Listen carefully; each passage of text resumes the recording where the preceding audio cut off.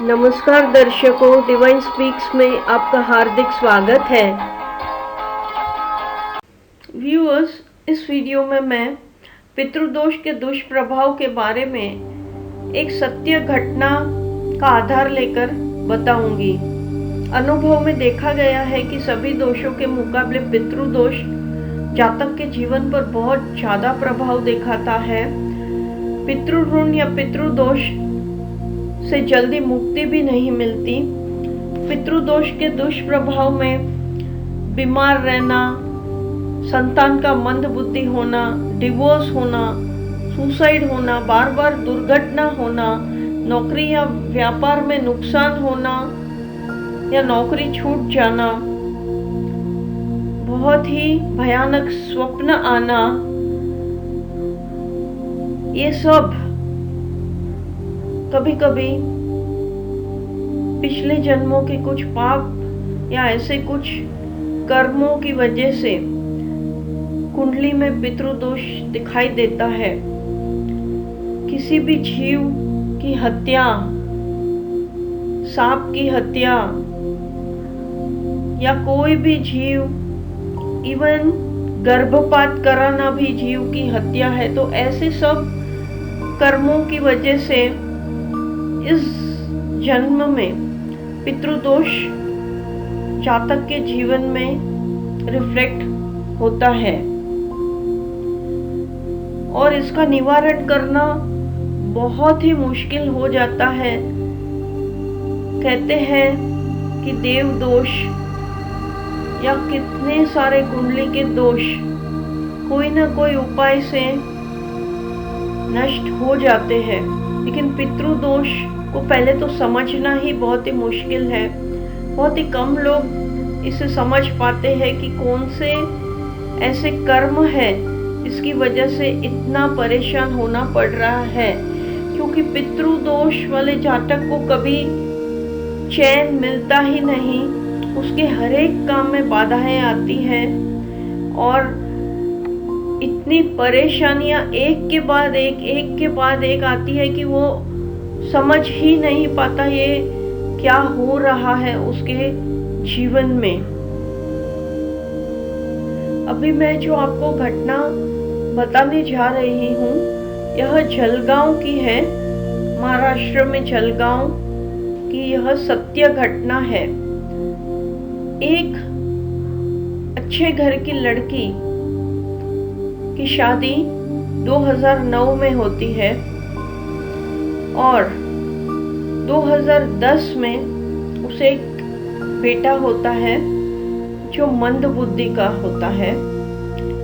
और इस औरत की कुंडली में बहुत ही भारी पितृदोष था। इस मंद बुद्धि के एबनॉर्मल पुत्र की परवरिश में वह जिंदगी गुजार रही होती है और लाइफ चल ही रही होती है जैसे तैसे कि अचानक उसे एक सपना शुरू हो जाता है और वो चीख कर जाग जाती है और इस सपने का सिलसिला चलता ही रहता है।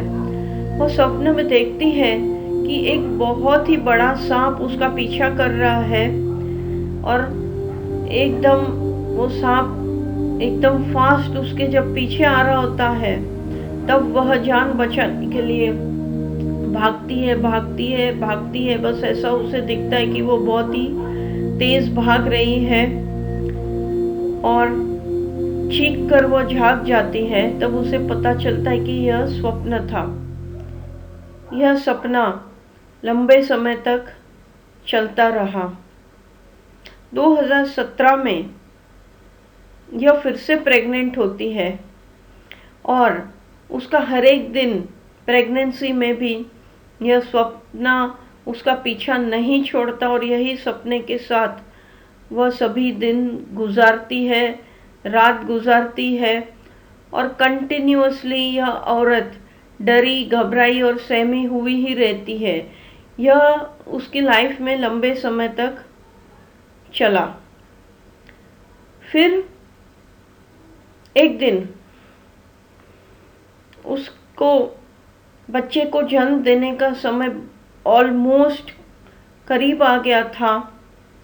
तब एक दिन वो देखती है कि वह सांप फिर से उसके पीछे आया और वह भाग रही थी, और भागते भागते वो पीछे मुड़ मुड़ कर देख रही थी, और अपनी जान बचाने की कोशिश करते समय वह देखती है कि एकदम से वह सांप एक बहुत बड़े पत्थर के नीचे दब गया, और तड़प तड़प कर वहीं उस सांप ने दम तोड़ दिया। यह देखकर वो वहीं रुक जाती है और रुक कर देखती है कि वह सांप सच में मर गया।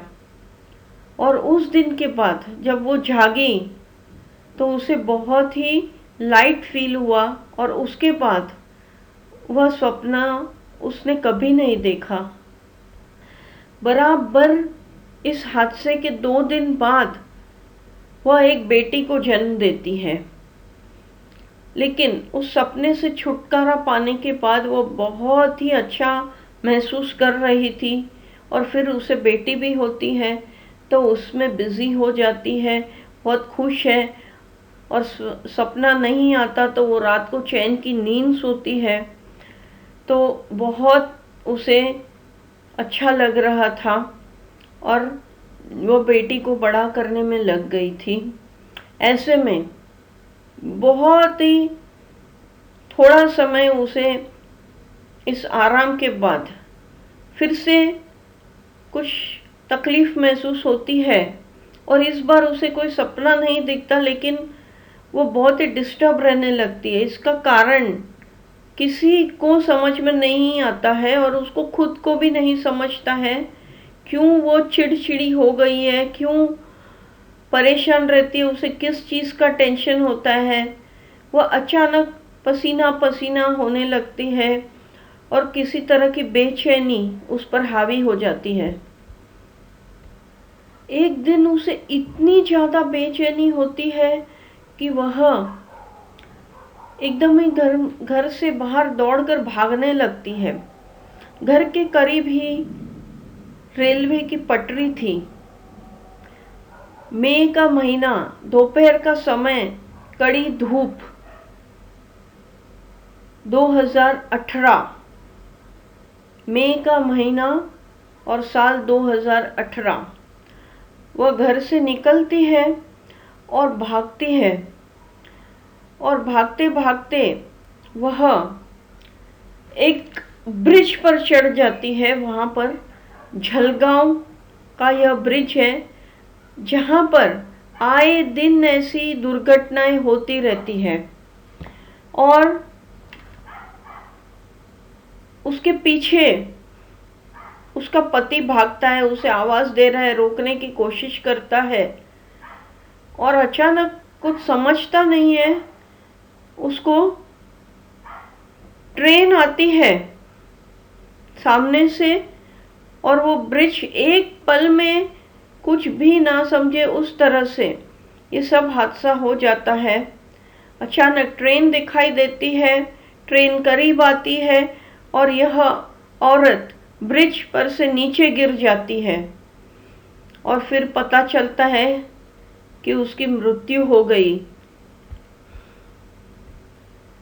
बहुत ही जवान थी ये औरत, और बहुत छोटी उम्र में उसे ये सब भोगना पड़ा, जिसका ऐसा कोई खास कारण ही नहीं था, ना उसे घर में कोई परेशानी थी।